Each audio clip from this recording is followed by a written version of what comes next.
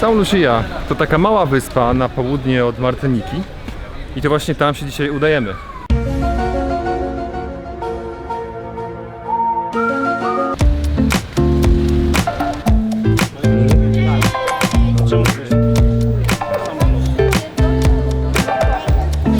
To niby tylko podróż z wyspy na wyspę, ale nerwówka jak na lotnisku. Kontrole, sprawdzanie.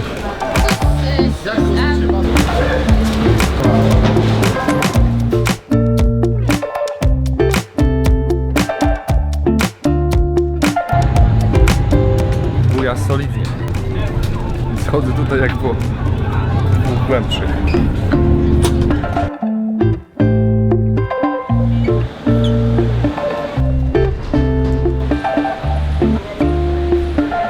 Co to był za samochód? Znaleźliśmy nasz samochód. Wygląda całkiem solidnie. Mam nadzieję, że trochę nie pojeździmy. To światło się tylko trochę rusza, a tak jest ok.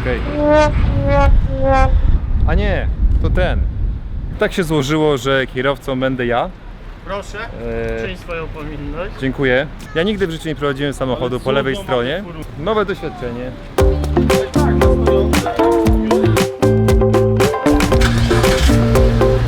Ale Paweł, poruszamy się lewą stroną. Tak jest, bo ty już zaatakowałeś na prawo.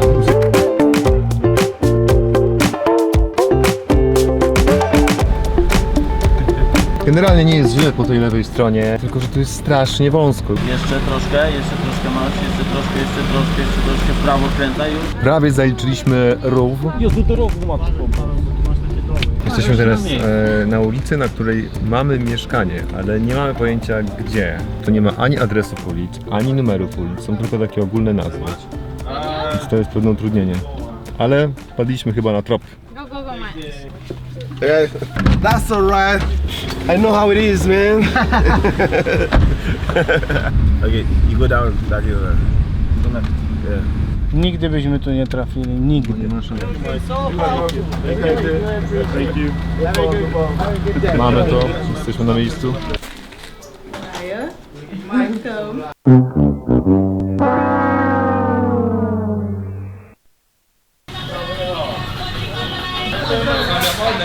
Nie, nawet nie.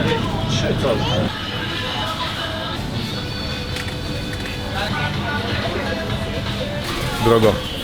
Tutaj płaci się dolarami karaibskimi. Przelicznik jest taki, że $1 amerykański to 2,7 dolara karaibskiego. Hey man, not point them.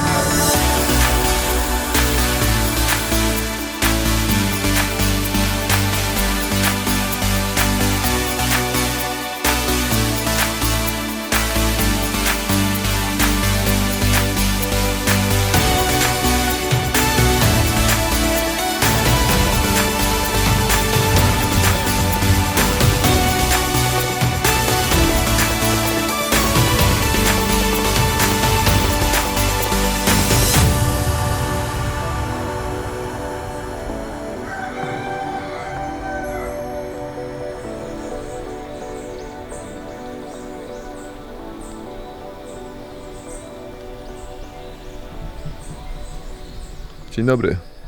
Sobotni poranek na San Lucia. Delikatny wiatr, słońce, ciepło. Taki mógłby być każdy poranek.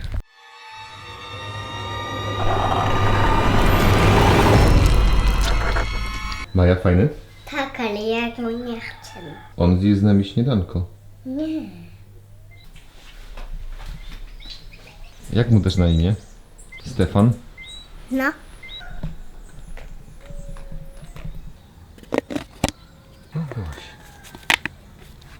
Dzień drugi, sobota, start. Zmierzamy na lotnisko wybrać pieniądze, a następnie na wulkan potaplać się w błoto. A ten kolega ma 38 stopni gorączki, czyli... Bo to jest prawdziwe emocje.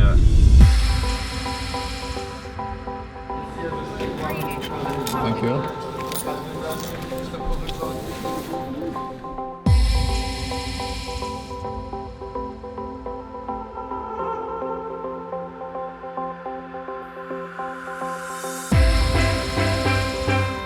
Pokonaliśmy kawał drogi samochodem po to, żeby zobaczyć Piton, czyli takie góry bardzo charakterystyczne dla San Lucia.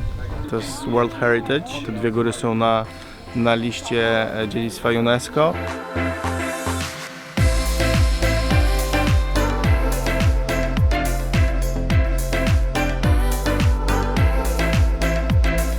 Przyjechaliśmy do miejsca o nazwie Soufrière, które z francuskiego języka oznacza siarkę. I tą siarkę czuć w powietrzu bardzo. To jest taki charakterystyczny zapach zgniłych jaj. Bardzo intensywny, nie sposób się przed nim schować. Co ciekawe, jest tutaj wioska z ludźmi, którzy mieszkają tutaj całe życie. Wyobraźcie sobie każdego dnia, codziennie o poranku budzić się i czuć zapach zgniłych jaj. W tym momencie ten wulkan jest nieaktywny. Ostatni wybuch zarejestrowano w 1766 roku. Byli tu wtedy obecni Francuzi i dlatego nazwali ten wulkan z francuska, czyli Soufrière. Ciekawostką jest też to, że ten zapach jaj tak naprawdę jest czymś dobrym, ponieważ oznacza to, że stężenie gazu w powietrzu jest bardzo małe. Jeżeli natomiast nie wyczuwamy zapachu ziarki, oznacza to, że stężenie gazu jest bardzo wysokie i jest niebezpiecznie. 32 lata temu można było spacerować po wulkanie, jednak zdarzył się wypadek. Mianowicie pan Gabriel, przewodnik, nieostrożnie wpadł do tego krateru. Poparzył się do pasa, spędził 6 tygodni w szpitalu i teraz preferuje zimną wodę i został rybakiem. Od niego pochodzi więc nazwa tego tutaj najbliższego kraterku, krater Gabriela.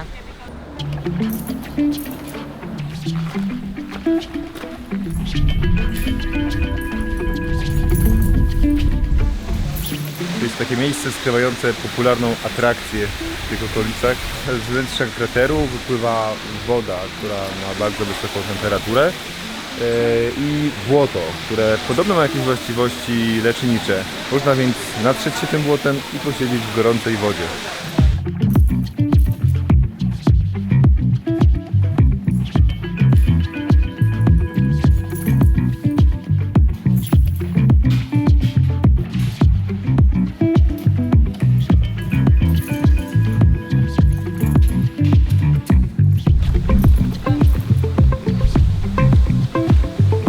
Teraz chodzimy na taki punkt widokowy, skąd podobno jest świetny widok. Przejście tutaj kosztuje $26 karaibskich.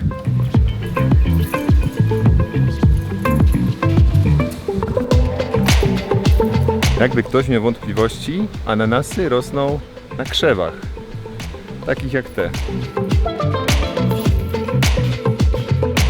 Drogę na górę pokonuje się w około 25 minut w jedną stronę.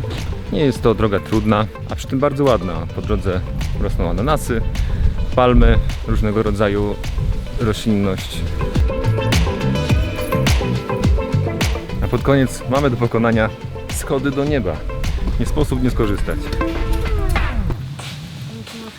Jest pięknie. To jest taki typowy widok jak z widokówki, pocztówki. Jest naprawdę przepięknie.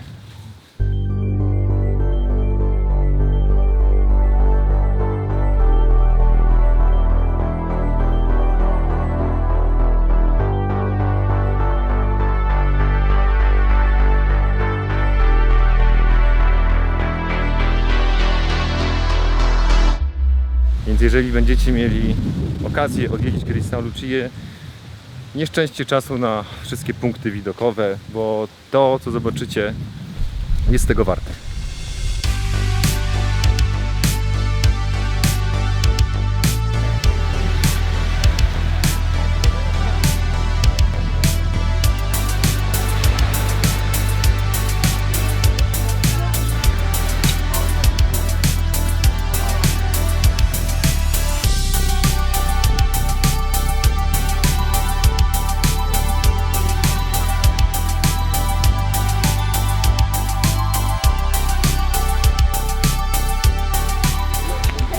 Tu jest jedna góra, tu jest druga góra. Wjazd samochodem tutaj na tą plażę kosztuje za jedną osobę $50 amerykańskich, czyli $132 karaibskie. W tej cenie jest voucher, który można wykorzystać w restauracji, w której właśnie siedzimy. Voucher o równowartości właśnie $50. Ta większość tej plaży tak naprawdę jest prywatna. Ludzi, którzy tutaj przychodzą niezależnie, jest bardzo niewiele. W związku z tym panuje tutaj bardzo kameralny klimat i choćby dlatego warto się tutaj wybrać.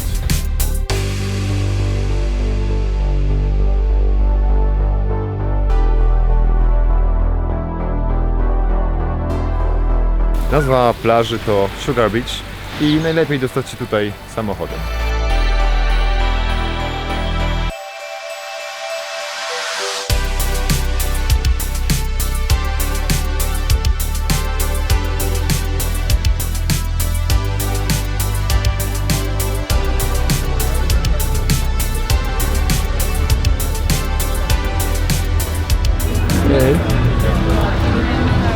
I just admire your camera. To już nasze ostatnie chwile na wyspie San Lucia. Dzisiaj odpływamy, ale zanim odpłyniemy, chcemy odwiedzić jeszcze jedno miejsce położone na północy wyspy o tajemniczej nazwie Wyspa Gołębi.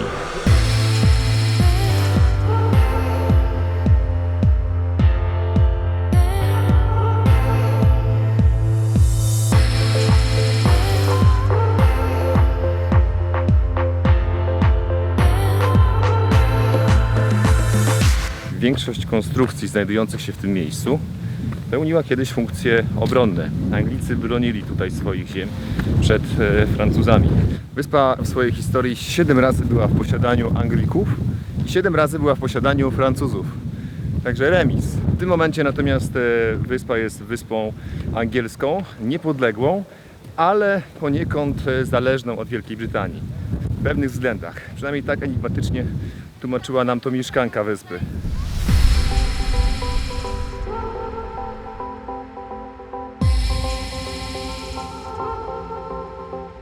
Oczywiście nie mogło się obyć bez plaży. Dowiedziałem się, dlaczego Wyspa Gołębi jest Wyspą Gołębi zwana. Jest to dość oczywiste. Chodzi o obecność gołębi, dzikich gołębi, których w czasach kolonialnych było tutaj bardzo dużo i żołnierze wykorzystywali te gołębie do przesyłania między sobą wiadomości. Opuszczamy San Lucia. Zabawna sytuacja w momencie, kiedy oddawaliśmy samochód. Byliśmy umówieni na godzinę 12 z agentem z pożyczalni. Natomiast człowiek nie przyszedł, co tutaj jest podobno normalne. San Lucia to piękna wyspa, ale mam wrażenie, że tylko znałem to, co tak naprawdę ma do zaoferowania. Soufrière to taka wizytówka San Lucia, natomiast w ogóle nie byliśmy na południu, gdzie jest równie pięknie. Więc myślę, że to było dobre po to, żeby zaznajomić się z miejscem, natomiast nie jest to ostatni raz, kiedy tu jestem. Prawda?